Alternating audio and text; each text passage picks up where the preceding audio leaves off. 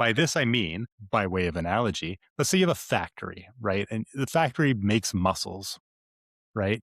It's got an energy supply. Let's just, it's got fuel. It doesn't matter what it uses for fuel. And it uses this fuel to turn, you know, food into muscles. Let's say some asshat imposes tariffs on wherever this factory is.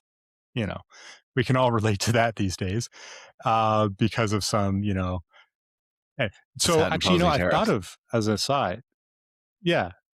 Yeah. As an aside, I wonder if, in the US, they're tariffing everyone.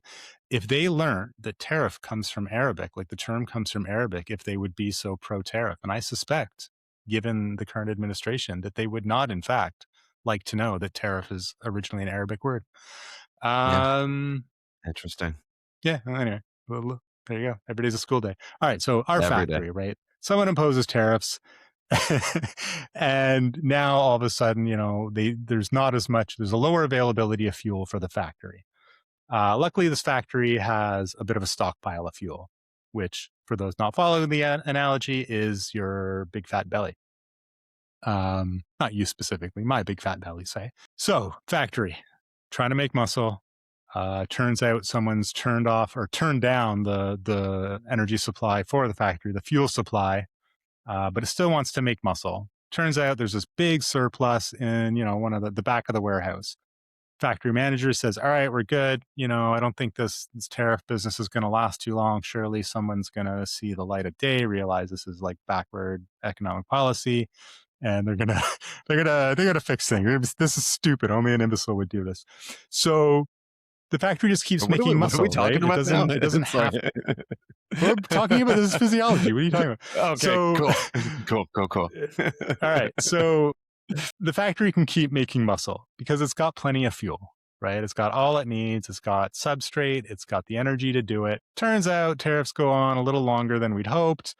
We're starting to eat into our reserves a little bit.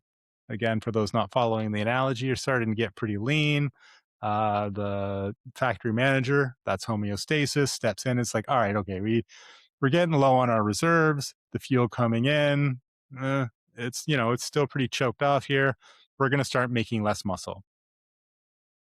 So what we're saying is, if you're really lean, yeah, recomposition's probably not going to work great. It's going to be really tough to do.